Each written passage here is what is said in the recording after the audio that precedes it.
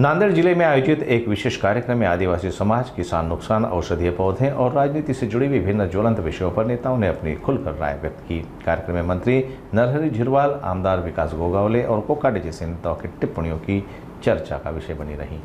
आज तसा जयंतरावनं एका लग्नाचा प्रोग्राम ठेवला आहे आणि त्यानिमित्तानं खूप दिवसाची माझी इच्छा होती आणि आहे का पूर्ण राज्यभर, विशेषतः जिथं बहुल ट्रायबल आहे तिथं जाऊन थोडंसं एक सहज गेट टुगेदर चर्चा करावी म्हणून हा कार्यक्रम तसा माझ्या माहितीप्रमाणे वर्षभरापासून आमच्या डोक्यात होता।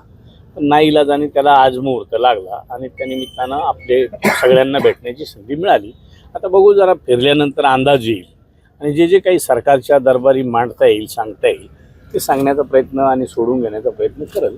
माझ्या डोक्यात एक असतं, जेव्हा कोणी कुठं जातं ना तर सगळ्या ठिकाणी राजकारणावर जे विचारलं जातं ना त्याच्याऐवजी सरळ सरळ आता इथं ह्या काकांनी सांगितलं हे महत्वाचं आहे आम्हाला, असं काहीतरी विचारत चला, कारण आपल्याला हे राजकारण हे चालूच राहणार आहे। राजकारणातली प्रत्येक ठिकाणची सिच्युएशन वेगवेगळी असते, त्या पद्धतीने वरच्या स्तरावर काय घडतं ते आमच्यासारख्याला खाली काही त्याच्यातलं फारसं लवलेशही नसतो।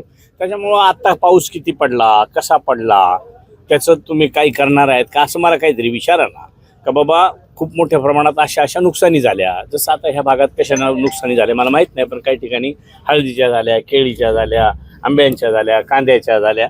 आजची सध्याची परिस्थिती ही आहे, अतिशय गंभीर आहे, ह्याच्यावर आपण गांभीर्यानं घेतलं पाहिजे असं माझं मत आहे। आता राजकारणातलं मी फारसं वरच्या स्तरावर सगळे निर्णय होतात, त्याच्यामुळे ते काही दोघातिघांना सोडून बाकीच्यांना माहिती नसतं। तुम्ही नेमकं विचारतानाच असं विचारताना माझ्यासारख्याला तरी सरळ मार्ग विचारत चला ना, कोण काय बोललं याच्यापेक्षा मला काय बोलायला लावायचं आहे ते बोलायला सांगा।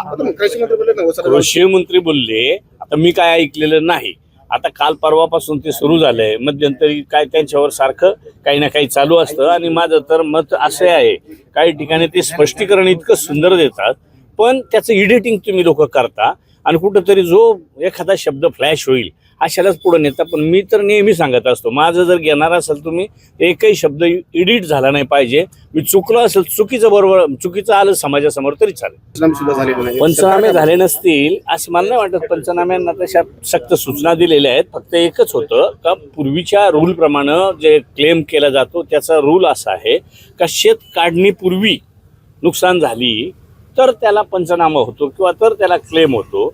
पण आता मागच्या मला वाटतं उद्या दुसरी कॅबिनेट असेल, मंगळवार, पाठीमागच्या 2 कॅबिनेटच्या वेळेला असा निर्णय झाला, पूर्ण महाराष्ट्रभर जेव्हा ही परिस्थिती गंभीर झाली त्यावेळेला असं ठरलं का शेत काढणीला येऊ, काढलेला असो वा काढलेलं नसो, किंवा एखाद्यानं दारात आणून ठेवला त्याला तो साठवायचा असेल, फॉर एक्झाम्पल कांदा, हळद, भुईमूग किंवा उडीद अशी जी काही पिकं घेतली जातात ती घराजवळ आणून ठेवल्यावर क्लेमच्या संदर्भातला नियम असा होता का तो तुम्ही आळस केला।